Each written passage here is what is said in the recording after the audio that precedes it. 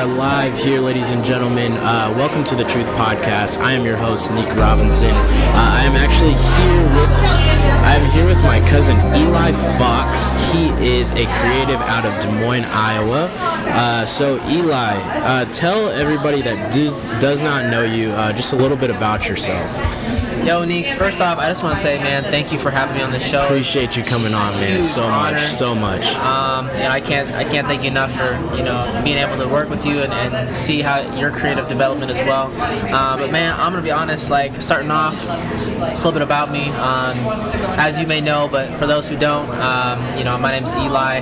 And I've been doing art pretty much my whole life, but really took it a little bit more serious right when I attended Grandview University, which is when I met,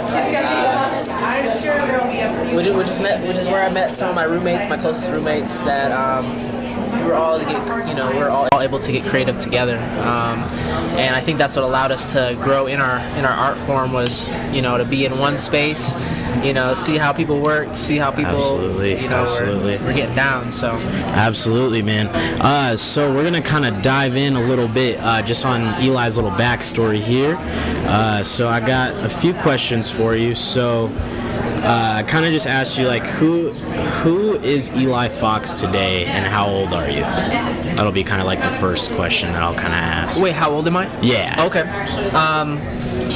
I'm going to start with my age, okay. For those that might be wondering that. My age, I'm 24 years old. 24 years young, actually. Yes, sir. Keeping it young out here. Yeah. And man, Eli Fox today, is a creative soul. Most importantly, a teacher, a grower. Absolutely. A family member, a son, a brother. Absolutely. A cousin, uncle, all that. Yep. So, family's huge to me. I like supporting family. I love, being around family is what helps me be myself. So absolutely.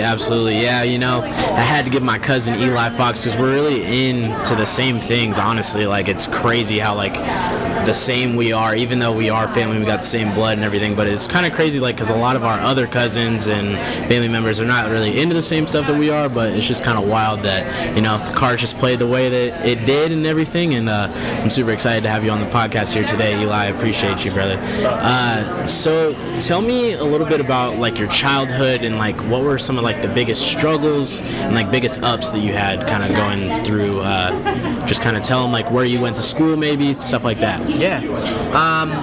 So as far as school went, I hopped around. I moved a lot when I was younger, so I had to get established in a new environment really quickly, quite a bit. So, but no, I was in Des Moines public schools growing up. I was in Johnston schools, and then I eventually moved out to Waukee, graduated from there, just due to my love of sports, playing baseball, which I then later played collegiately. But so I always like to add that little piece of the recipe in, because to me that's what kept me going. That's even to this day I love working out, throwing, long toss, all that, because it helps remind me where I started. Absolutely.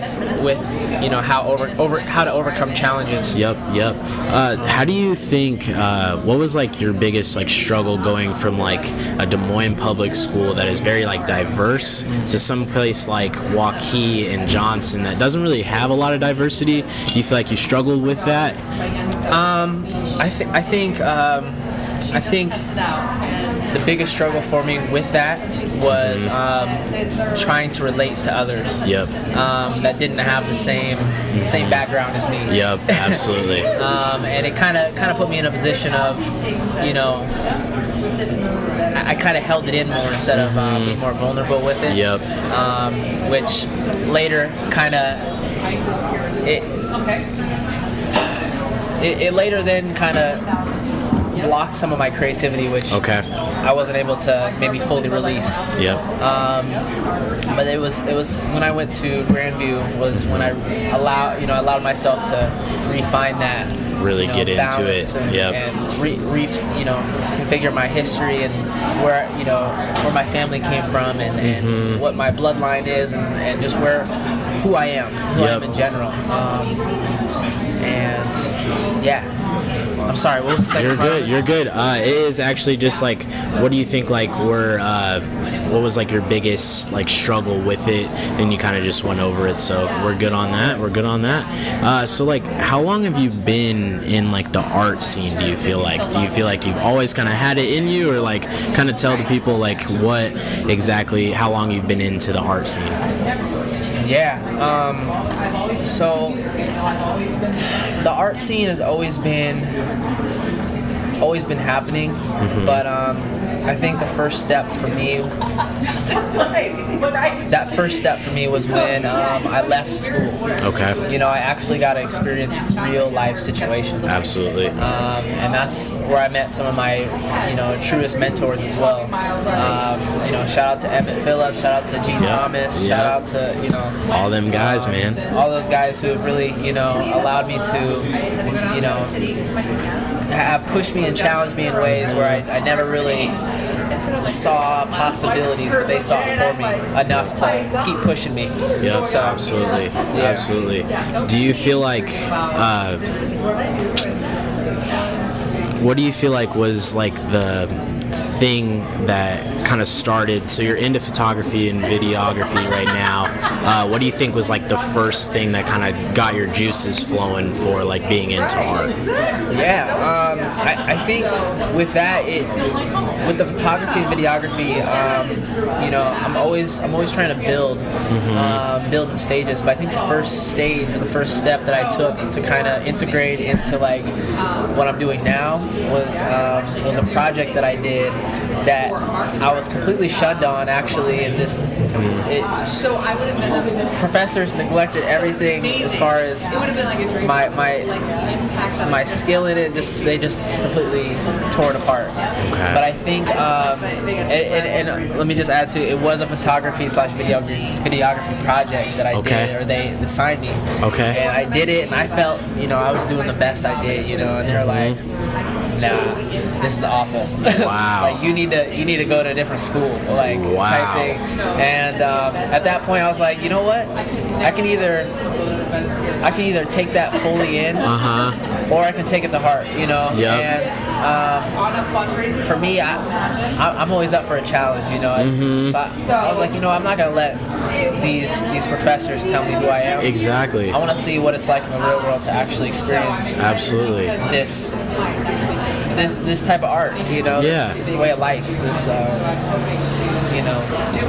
Yeah, and that's crazy to think like you were even at the bottom of the food chain. I guess we all kind of start off at that, but like you're killing it absolutely right now. You're doing your thing with the music videos and other projects that you got going on, and I've always like admire your work just as my cousin, as my family member, and then as a creative in general. So like, it's crazy to think that somebody would actually give you something like that, because I wouldn't ever think that you were not at the top from where you're at right now. It's just crazy to see how much you've progressed over time, man. And that is awesome to see, man. That's a good story to tell too, because it's like we all kind of, it gives like the people that are just trying to start out and they're kind of afraid to put out like crappy work, but I mean like we all kind of been through that, and then that's how you learn though, is putting out some crappy stuff, and you're kind of picking up stuff and seeing what works and what doesn't work. So I think that's a good message to kind of tell over to everybody that's out there listening as well. For sure, brother. And something I always like to live by too is like,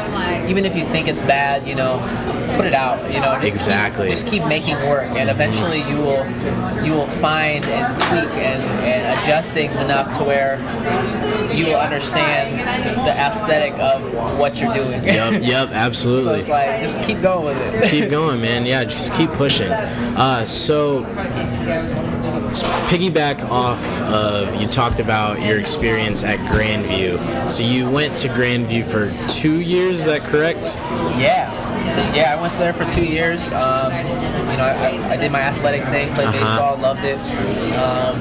But then I need to figure out a way to pay off some of those loans. Yep. So like, this baseball thing isn't cutting it. Yep, absolutely, man. So that's when I was like, you know what? I'm gonna really dive deep into this artwork and see if we can even try to make a living, if Yep. not pay off some of these bills that I've got. Yep, absolutely.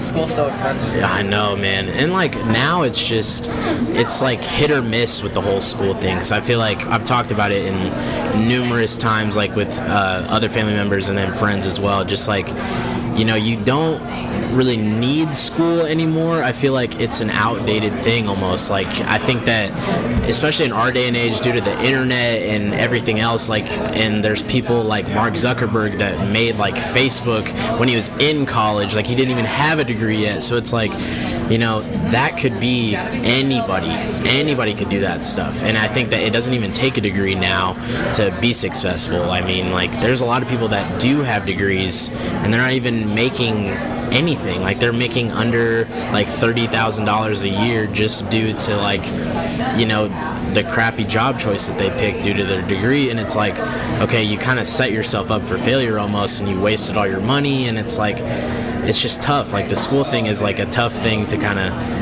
crack open, but Man. Something I realized too with school is like,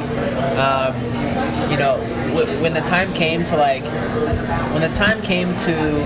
ask questions about how to be better than just the average person, Yep. like the average worker or to work for somebody else, there was never really a straightforward answer. You know, there was never like you can start your own business, or you can do this to help other people. It was always like, this is the route you got to go here, and then eventually go here if you make it.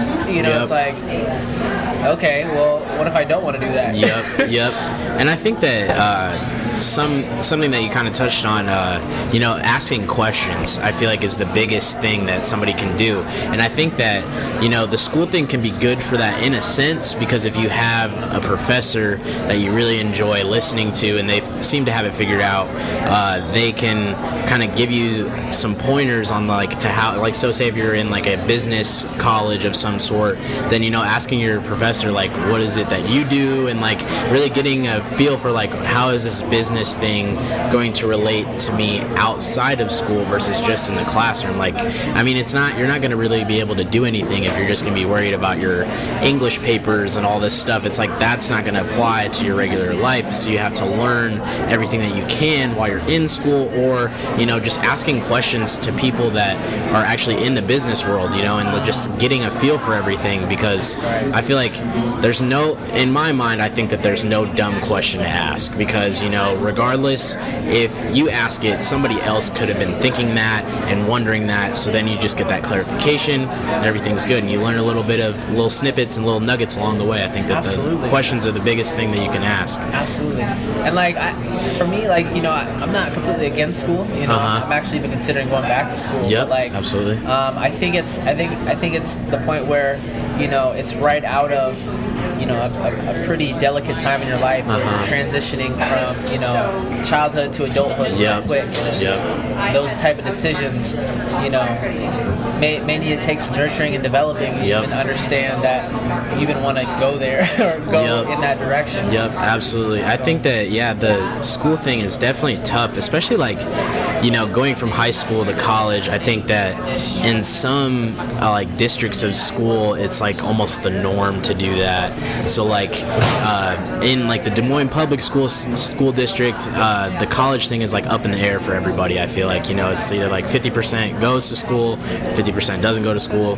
But if you go to the places like the Johnstons or the Waukees, that like where you graduated from, then it's like, okay, that's kind of the norm, and then you feel like you gotta go and you gotta do it because like everybody else around you is doing it. But I feel like now it's a good thing to go and like try and get your degree, but I feel like college isn't necessarily for everybody, and especially if like you're gonna get some like degree that you're not gonna be able to apply to a job that you really like. Then it's kind of tough because then you're like, oh crap, like I've spent 4 years out of my life chasing this degree that I really don't want anymore, and I don't really want to do anything in this career field.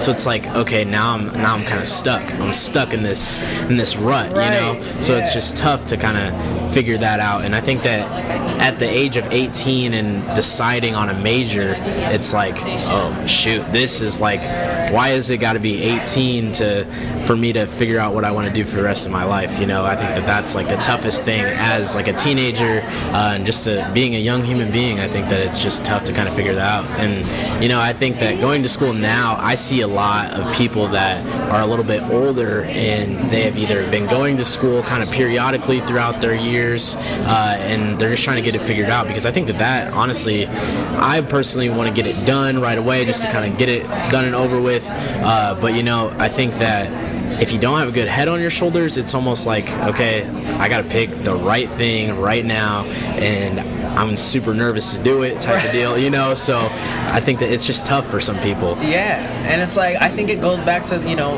what you love to do, your childhood, you know. For me, it was always picking up a pencil and a pen, or a pad of paper, and just getting creative. Like building with Legos or something that like made me use my mind on a different level other than like the normal structured way they teach us. Absolutely. It's like, you know, we can do it this way, but you know, we can also maybe try it this way too, and it might work. You know? It's like trying to test that and see, you know, find new possibilities. So, Eli, take me back to 2015. You got not accepted to the A-Step program, but you went there as a videographer. Is that correct? Is that kind of what I'm picking up on? Yeah, so to jump into that, my first year going actually was with Emmett.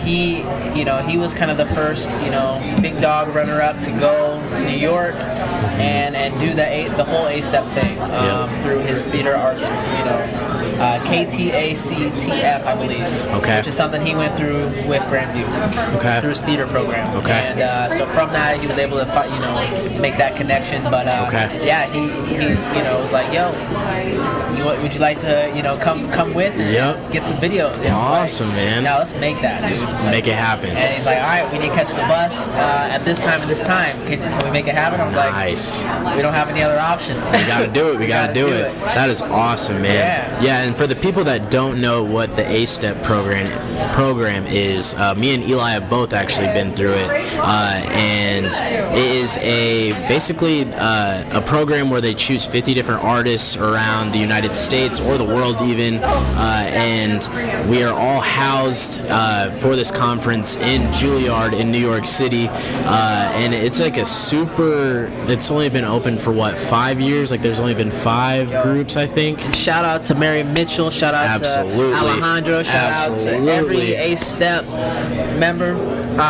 You know, we're looking to build, so if you're interested, go check out A-Step. It's a wonderful program if you like working with youth, and you like to get creative. You know, it all comes together, and when you can teach it too along with learning it, I think that's the best experience. And it's just basically it's an artist as citizen program. It's learning how to change the world through your art forms and everything else. I think that the concept behind it is just so beautiful, and I felt like once you did it back in 2016, I knew that like, okay, my cousin's doing this. He's from Iowa, grew up in the same family, same town. You know, like it's time for me to like push myself out of my comfort zone and kind of do that as well.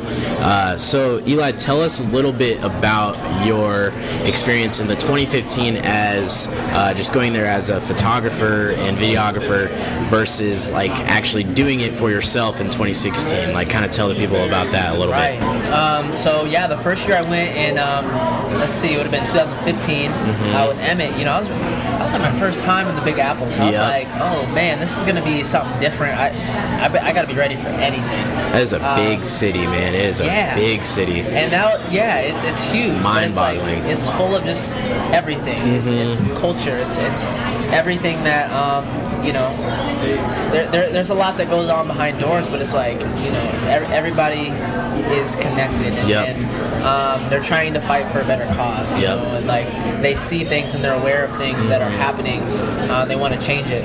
But now going back to your question though. You know, first year I was really nervous. You know, going out to New York my first time. and that taught me a lot. Yep. As far as going from meeting the guy on the bus Yep. and staying with him for a couple days, and I didn't even know who he was in Brooklyn. Shout out to Vibes from Brooklyn. Shout out Vibes, man. Shout him out. Man, he let me stay, and from then I knew anything was possible. I could get through anything. Yep. And then I applied that that next year, and I was like, I need to make this happen. And after that, I met some pretty incredible people that are now in New York and actually all over nationally and internationally, creating different projects, working with youth, and it's just incredible. The whole A-Step family is incredible, and I'm so inspired to see what they're doing, every single day. Absolutely, absolutely, man. I think that as the traveling part goes of it, I think that like that in itself, like going to this city that you see on TV, you see in the movies all the time, and you're like, damn, like this is actually a real place, and then going there by yourself, it's like, it's very scary at first, and I think that like a lot of people, they're just like, oh shit, I'm not gonna be able to travel by myself and do that, figure out how to take the subway or take an Uber down to from the airport down to wherever you gotta go, and it's like, it's a big thing, but I think that once you get there, it's like you're actually pushing yourself out of your comfort zone, and you're learning as you go, and I think that that's what everybody else is doing too, and just like, the New York like city in itself, I think everybody's kind of a family, because everybody's kind of like, looking out for each other. Everybody's going through the same thing. Everybody's lonely, and everybody's kind of got their headphones in, just going to their own beat, to their own drum and everything. So I think that that's what kind of gives New York its charm, because everybody is kind of, doing their thing just like you are, and trying to figure it out for themselves too. Facts. Tons of hustlers out there. Tons of hustlers. Yes. All right, man. We're gonna go on to the next question here. What do you feel like is your greatest accomplishment that you've had so far, kind of in your lifetime? I think one of the things I can say I'm proud to know, and to be is myself. Absolutely. I think that was a big struggle for me for a while, just because I don't know. Growing up, I was always taught, a certain way to do things. But I was never really taught how to do things for myself. Okay. And growing up and being around, just different people that have kind of allowed me to learn and gravitate my own opinions and my own thoughts. It's kind of allowed me to, find myself in deeper ways that I even knew that was possible. So I'm just thankful. I think that's one thing that I can be thankful for, that I've grasped to, is just learning more about myself. That is beautiful. Not in a selfish way, but a selfless way. That is beautiful. Any way that you look at it, my guy. That is absolutely beautiful. Yeah, I think that's a big thing that a lot of people like that want to give to the world. You almost forget about yourself. And like learning how to say no is like a huge thing too. I think that I'm still struggling with as well. Like I always want to make people happy and make people just, you want to be liked almost, but I feel like it's okay to say no to some things, because you're just like, hey, I don't have the time to do this. I don't, and I think that that's like the biggest thing, is just learning when you need your me time and you need to like just focus on yourself a little bit. And I think that that's beautiful, and what you said was beautifully said, man. I appreciate that. Thank you. Kind of went over like where your kind of artwork, your love for artwork kind of stemmed from. That was one of my questions. So who do you think, who or what is kind of like your inspiration to do what you do you feel like?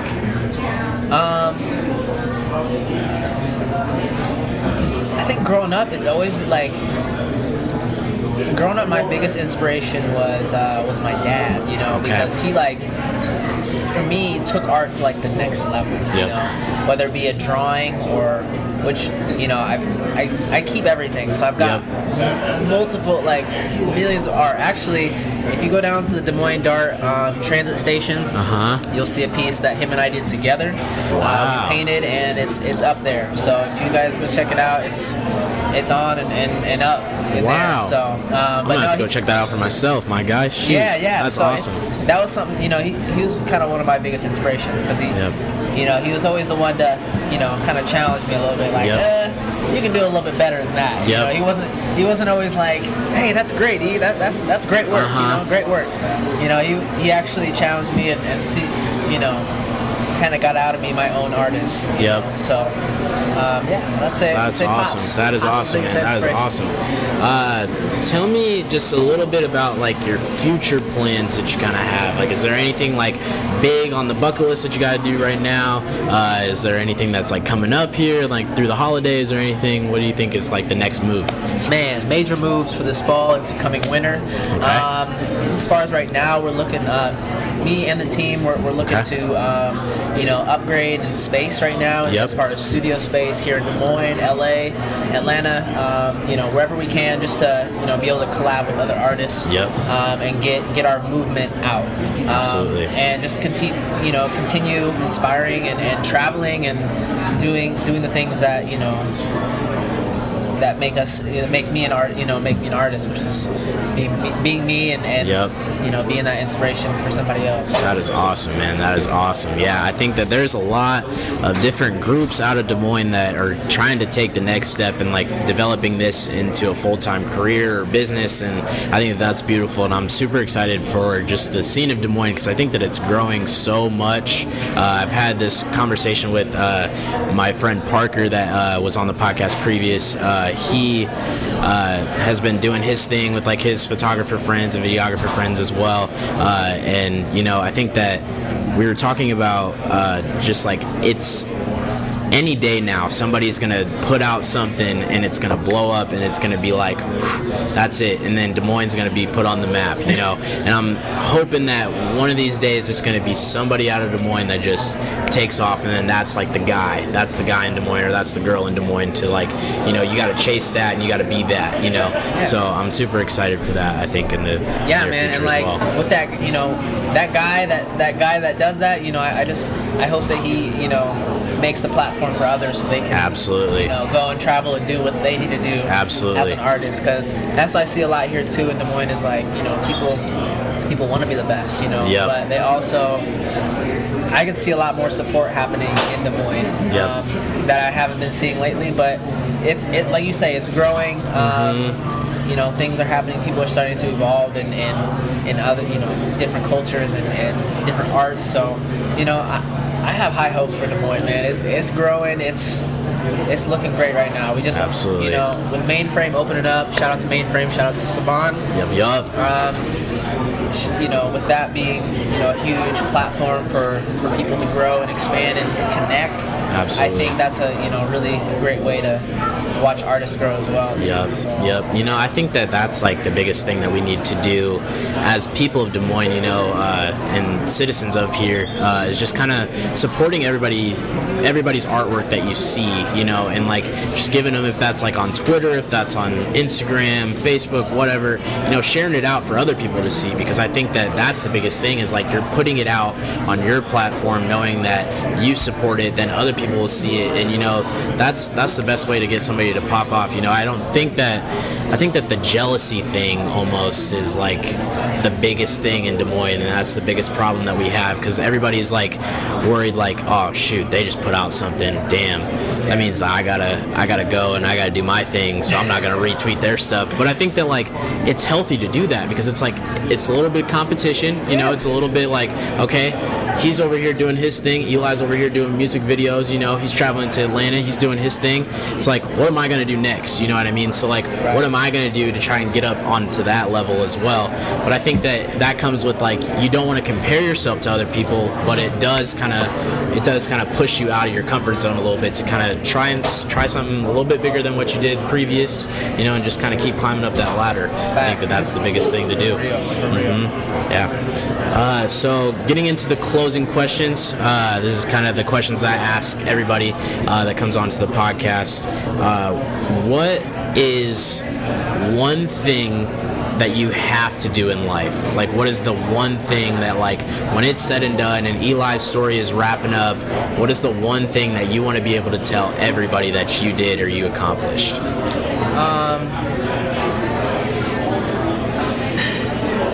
Accomplish, I would have to say,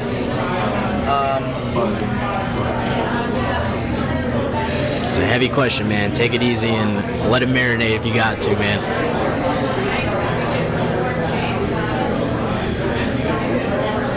I would have to say one thing that I would want to tell people, that I've accomplished is mastering my monkey mind. Okay. Because I feel like that is the biggest obstacle. Yep. That's me. a book, correct, too?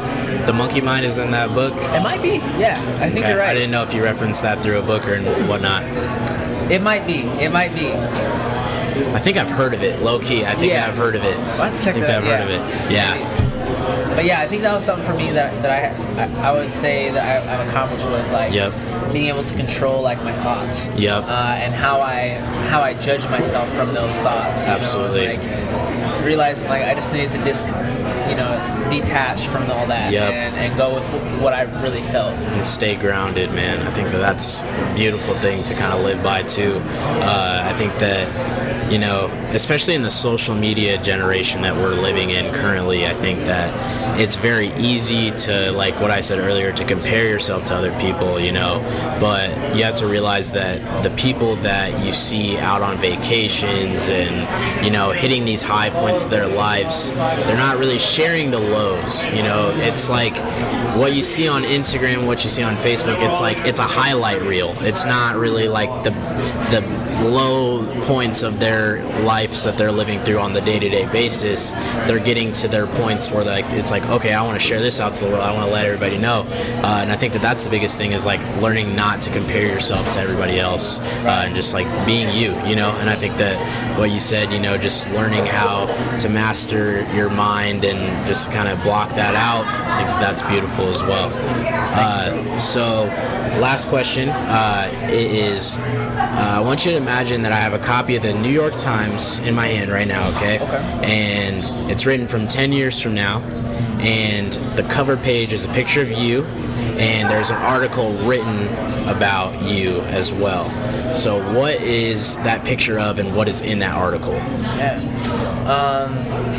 I would have to say it would be a picture of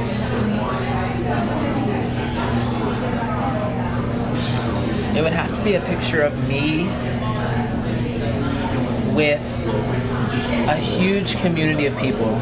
Absolutely. Definitely establishing maybe some new laws or new implementations to like put into the work, put into the justice system. Or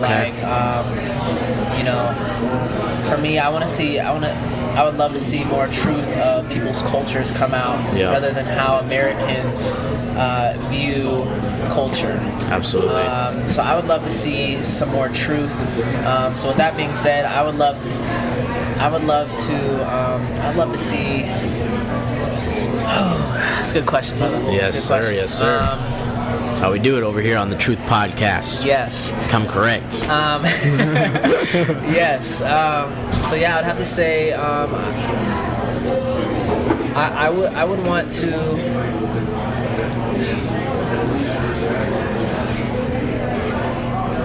I would want to open like a new art school. Okay. Like an art school that like any kid could attend. And it's not absolutely. It's not bound by any formal law. Compromised by the government or it's going to be strictly for the arts and having teachers coming in from all over teaching different classes and making different possibilities happen. Absolutely. I think that's what we need. Absolutely, man. I think that's beautiful, and I think that kind of gives the people that that are young and looking up to people, it kind of gives them that opportunity, and I think that's something beautiful. That it's kind of like you're giving back to maybe like your former self, and you wish like you had something like that. I think that's awesome to kind of shoot for that goal. Eli, where can everybody kind of find you out on social media? Kind of shout yourself out, shout anybody out that you've kind of been rocking with or whatever. Yeah, man. Go ahead and give some shout outs here. Yeah, so you can find me. This is my card, you know, my logo. Yes, but you sir. can find me at alive-pro.com. That is my website. Absolutely. Or you can find me on Instagram, Facebook, Elive Pro, Live Productions, or just Eli Fox. You can find me on all those. Unfortunately, I don't have a Twitter just because I don't really dig into it. I know some people, you know, are into that. Yep. Like to, but I'm just. It's a weird one. It's a weird one. Yeah. It's yeah. interesting. It's an interesting thing. But, Yeah. So. Yeah. But yes, you can find me there. Absolutely. And yes, absolutely. more art is coming. Absolutely, More art man. is coming. Eli, I appreciate you, brother. Thank you. brother. Thank you for having everything. me, man. Thank you, man. All right, ladies and gentlemen, that is it for today's episode. Shout out to Eli Fox over here. He is up and coming, as is everybody else in Des Moines. I want to thank you guys for tuning in to today's podcast. Shout out The Truth on Instagram, all that. At me and take a screenshot of this, all that different stuff, and let me know that you're watching. This will be live on YouTube in a few weeks, so hope you guys enjoy. And Eli, got anything you want to say to the people? Yeah, I just want to say, if you're creative out there, keep creating. You're doing what you need to do to inspire others. Keep going. Absolutely. Keep going. Thank you guys for tuning in. Peace, guys. This is Neek Robinson. We're out. Eli Fox. Peace. That was dope, man. That was dope. Yo, man.